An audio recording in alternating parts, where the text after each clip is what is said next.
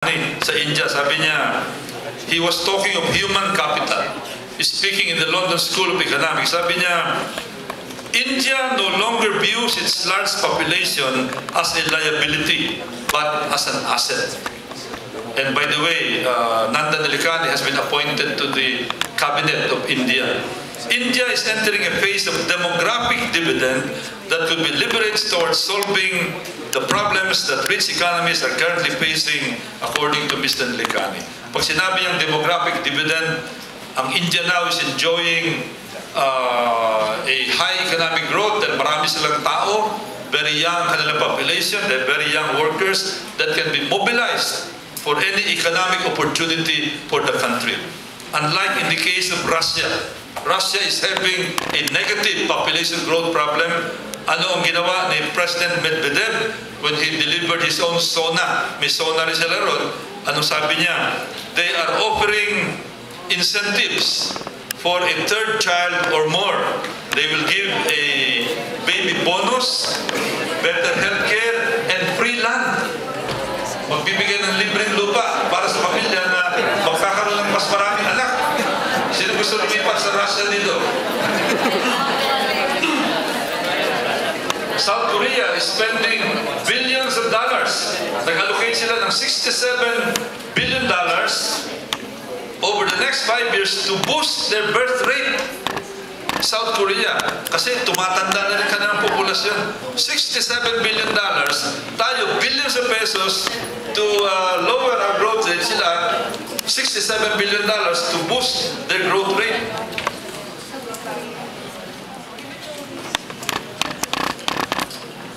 Doon sa libro ni George Friedman, this is a best-selling book, no, The Next 100 Years. Meron siyang magandang sinabi doon. Sabi niya, ngayon, yung mga Western countries like Europe, United States, they're now experiencing population growth rate problems. Ngayon, medyo stricto sila sa immigration. You try to immigrate to the US, medyo mahirap, pipila ka. Pero anong sabi ni Friedman? Today, developed countries see the problem as keeping immigrants out. Later in the first half of the 21st century, we are now already in the first half of the 21st century.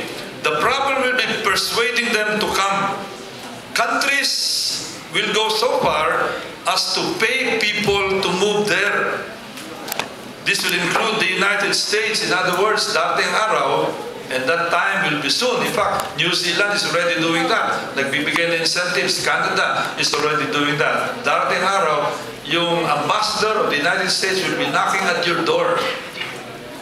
Pagbukas mo ng pinto, magugulat kayo, ambassador ng US ang gustong pumasok at sabi, good morning, is there anyone here who would like to immigrate to America? Andito ang application form. Kasi kulang na sila ng tao dun eh. They are running out of workers. Japan is experiencing that now. They're running out of workers. Russia has to import 10 million workers every year. Ito yung isang very respected physicist, si Michio Kaku. Madalas lumabas yan sa mga National Geographic, no? Ang sabi niya about Japan. Japan is facing a demographic nightmare. Japan has the fastest aging population. The birth rate has fallen to an astonishing 1.2 children per family. And immigration is negligible. Some demographers have stated that we are watching a train wreck in a slow motion. One demographic train will soon collide with another. Japan's demographic problem, ayun, is itong problema nila.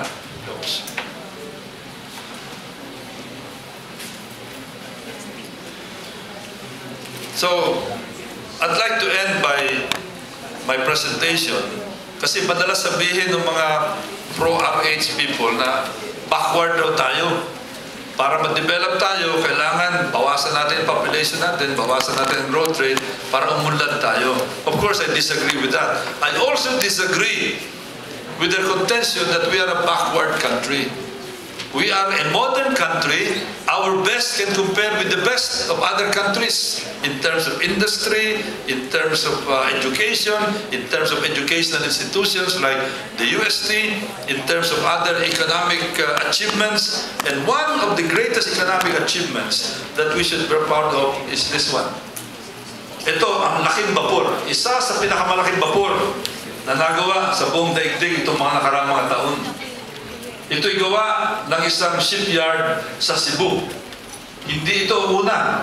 Ito yung 118th na vapor na ginawa nila na ganito kalaki. 180,000 deadweight ton bulk cargo vessel. Ang laki ng vapor na ito, itong building na ito, pwede ipasok sa loob ng vapor na yan. Gawa ng Pilipino. Pagkatapos sasabihin nila, just to justify their RH, that we are a backward country. We are not. Inulit ko kanina, number 1 na tayo pagdating sa call center. Ang dami tayong mga lugar sa Pilipinas na pwede natin magmalaki. We're producing computers, we're producing laptops, we're producing a lot of world-class products all over the world. Of course, meron lugar na mahirap, pero parang isang pamilya. Ganun talaga, no? But we are there already. We're moving forward. Kaya, ulitin ko, hindi natin kailangan ng RH. Ang kailangan natin is good governance. Ang kailangan natin is good leadership. Yung 3 billion na gusto nilang gastahin para sa RH, para pambili ng contraceptives, pambili ng condom, kung tanongin nyo, mas maganda ilagay yan sa education, maglagay yan sa training, para lalo tayong umunlad. Maraming salamat po.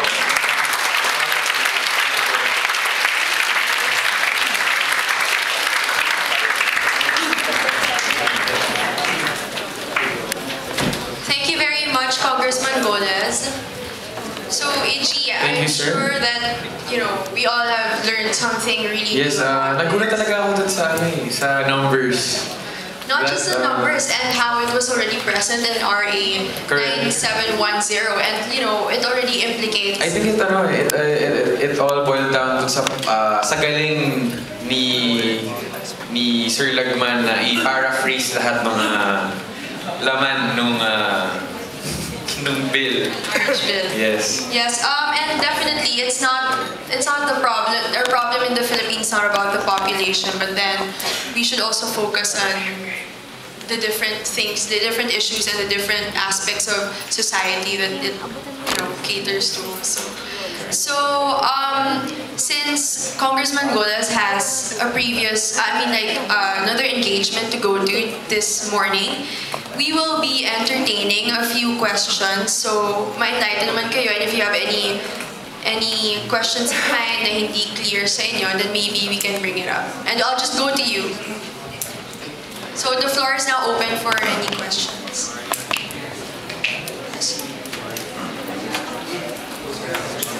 Magandang